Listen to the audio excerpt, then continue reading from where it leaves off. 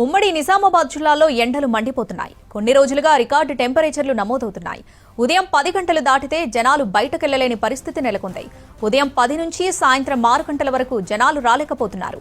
రాత్రి 8 గంటలు దాటినా వడగాలుల తీవ్రత తగ్గడం లేదు. నిజామాబాద్ జిల్లా భీమ్గల్, బాల్కొండ, మొండారాల వంటి ప్రాంతాల్లో 46 డిగ్రీలు నమోదయ్యాయి.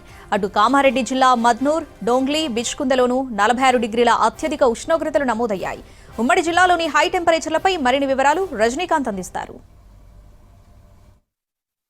ఉమ్మడి నిజామాబాద్ జిల్లా వ్యాప్తంగా అధిక ఉష్ణోగ్రతలు నమోదవుతున్నాయి. ఎండలు మండిపోతుండటంతో జనం కూడా విలవిల్లాడుతున్నారు. ఉదయం 10 గంటల నుంచి సాయంకాలం 6 గంటల వరకు కూడా రోడ్లన్నీ నిర్మానుష్యంగా మారుతున్నాయి. మధ్యాహ్నం వేళల్లో రోడ్లన్నీ కూడా కర్ఫ్యూను తలపిస్తున్నాయి. ఇక అత్యవసరమైతే తప్పితే జనం బయటకు వచ్చేటువంటి పరిస్థితి కనిపిస్తలేదు. ఒకవైపు అధిక ఉష్ణోగ్రతలు, మరోపక్క వడగాలుల తీవ్రత కూడా చాలా ఎక్కువగా ఉంది. దీంతో ఎవరైనా బయటకు వస్తే కూడా అనారోగ్యం గురవుతున్నటువంటి సందర్భాలు కూడా ఉన్నాయి. ఇప్పటికే జిల్లా వ్యాప్తంగా వడదెబ్బ బాధితుల సంఖ్య పెరగడంతో ప్రభుత్వ ఆసుపత్రిలో ఒక ప్రత్యేక వార్డును కూడా ఏర్పాటు చేసినటువంటి ఒక పరిస్థితి ఉంది. ఉదయం 10 గంటల నుంచి సాయంకాలం 6 గంటల వరకు జనం బయటకు వచ్చేటువంటి పరిస్థితి లేదు. ఇక వడగాలుల తీవ్రత రాత్రి 8 గంటలు దాటినా కూడా వడగాలుల తీవ్రత ఉంటుంది. దీంతో జనం ఉక్కిరిబిక్కిరి అవుతున్నారు. ప్రధానంగా ఏసీలో, కూలర్లకే జనం పరిమితం అవుతున్నటువంటి పరిస్థితి కనిపిస్తుంది. కార్యాలయాలు, ఇళ్ళకే జనం పరిమితం అవుతున్నారు. మధ్యాహ్నం వేళలో బయటకు వచ్చేటువంటి పరిస్థితి కనిపిస్తలేదు. ఏదైనా అత్యవసరమైతే అత్యవసర పనులు ఉంటే తప్పితే జనం బయటకు రావట్లేదు. నిజామాబాద్ జిల్లా వ్యాప్తంగా కూడా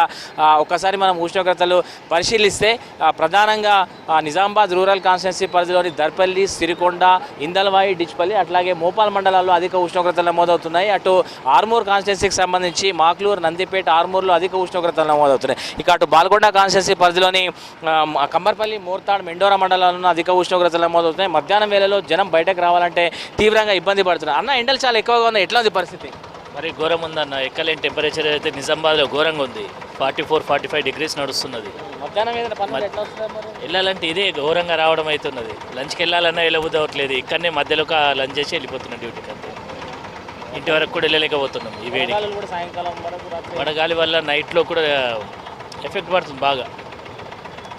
ఇట్లా వాహనదారులు కూడా తీవ్రంగా ఇబ్బంది పడుతున్నారు. ఎండలకైతే చాలా ఇబ్బంది ఎదుర్కొంటున్నామనేటువంటి విషయాన్ని చెప్తున్నారు. బ్రదర్, చెప్పండి, మధ్యాహ్నం ఎండ తీవ్రత చాలా ఎక్కువగా ఉంటుంది. ఎట్లా వస్తున్నారు బయటికి?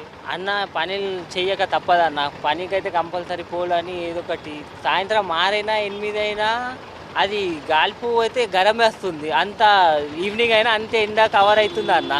దానివల్ల కొద్దిగా బాగా ఇబ్బంది అవుతుంది అన్న.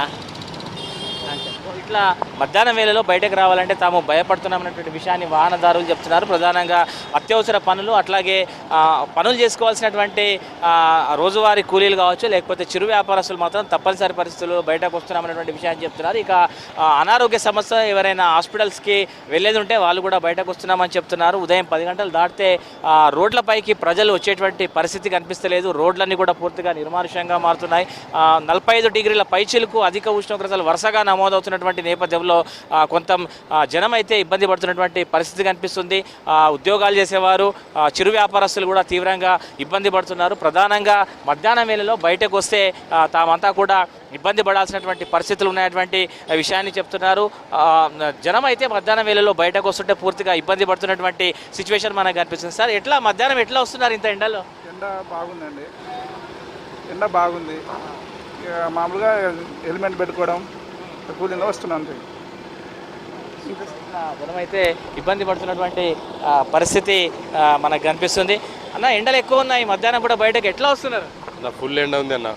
ఫుల్ ఇబ్బంది పడుతున్నారా ఎండలకి? అవునన్న. జనం ఇబ్బంది పడుతున్నటువంటి పరిస్థితి కనిపిస్తుంది. ముఖ్యంగా అన్న, ఇట్లా మధ్యాహ్నం గిరాకీ ఉంటుందా? ఉండకొచ్చిందన్న, ఉండకొచ్చింది. మరి ఇబ్బంది పడుతున్నారా? ఇబ్బంది బాగున్నది. ఏ టైంలో బయటకు వస్తున్నారు ప్రజలు? మేము పొద్దున్న వెళ్తున్నారు, మరి సాయంత్రం వెళ్తున్నారు. అంతే, మధ్యాహ్నం వెళ్తలేరు. ఇట్లా అధిక ఉష్ణోగ్రతలకైతే జనం బెంబేలు ఎత్తిపోతున్నటువంటి పరిస్థితి కనిపిస్తుంది. ఉదయం 10 గంటలు దాటితే రోడ్లన్నీ కూడా నిర్మానుష్యంగా మారుతున్నాయి. అన్న, ఎండలో బయటకు వచ్చారు? నువ్వు కొద్దిగా హాస్పిటల్ పని ఉంది. ఎండలు అయితే విపరీతంగా ఉన్నాయి. చాలా ఎండలు ఈ సంవత్సరం బాగా ఎండలు కొడుతున్నాయి. బాగా ఇబ్బంది పడుతున్నాం. ఈ రకంగా ఇబ్బందికర పరిస్థితుల్లో అయితే తామంతా రోడ్లపైకి వస్తున్నామనే విషయాన్ని చెప్తున్నారు. ప్రధానంగా ఉదయం 10 గంటల నుంచి సాయంకాలం 6 గంటల వరకు కూడా ఎండల తీవ్రత చాలా ఎక్కువగా ఉంటుందని చెప్తున్నారు. ఇక వడగాలుల తీవ్రత అయితే రాత్రి 8-8:30 ప్రాంతం వరకు కూడా కొనసాగుతున్నటువంటి విషయాన్ని చెప్తున్నారు. మధ్యాహ్నం వేళలో ఎండలో పనిచేసే వారైతే తీవ్ర ఆందోళన చెందుతున్నటువంటి పరిస్థితి కనిపిస్తుంది. ముఖ్యంగా ట్రాఫిక్ సిబ్బంది కూడా ఇబ్బంది పడుతున్నారు. ఇప్పటికే సిపి గారి ఆధ్వర్యంలో ఫాగ్ మిషన్స్ కూడా ఏర్పాటు చేసినటువంటి పరిస్థితి. అన్న ఇట్లా ఎండలో డ్యూటీ చేస్తున్నారు, ఎట్లా ఉంది పరిస్థితి?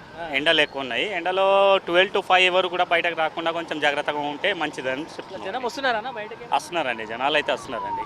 సో ఇట్లా ఇబ్బందికర పరిస్థితిలో కూడా అంతా ఇబ్బందికర సిచ్యువేషన్ని ఫేస్ చేస్తున్నామని చెప్తున్నారు. ప్రధానంగా అత్యవసరం అయితే తప్పితే ఎవరు బయటకు రావట్లేదు. నిజామాబాద్ జిల్లాలో 46 డిగ్రీల అత్యధిక ఉష్ణోగ్రతలు నమోదవుతున్నాయి. సో గడిచినటువంటి నెల రోజుల వ్యవధిలో 45 డిగ్రీల పైచిలుకు ఉష్ణోగ్రతలు నమోదవుతున్నాయి. గత వారం రోజుల వ్యవధిలో అయితే 46 డిగ్రీల మార్కును కూడా దాటింది. ఇప్పటికే జిల్లాలోని చాలా ప్రాంతాల్లో 46 డిగ్రీల అత్యధిక ఉష్ణోగ్రతలు నమోదైనాయి. ఉమ్మడి నిజామాబాద్ జిల్లా వ్యాప్తంగా అయితే అత్యధిక ఉష్ణోగ్రతలు నమోదవుతున్నాయి. దీంతో జనం ఇబ్బందికర పరిస్థితులను ఎదుర్కొంటున్నటువంటి సిచ్యువేషన్ ప్రస్తుతం నిజామాబాద్ జిల్లా వ్యాప్తంగా కూడా మనకు కనిపిస్తుంది. కెమెరా పర్సన్ రాజేష్తో రజనీకాంత్, V6 నిజామాబాద్ జిల్లా నుంచి.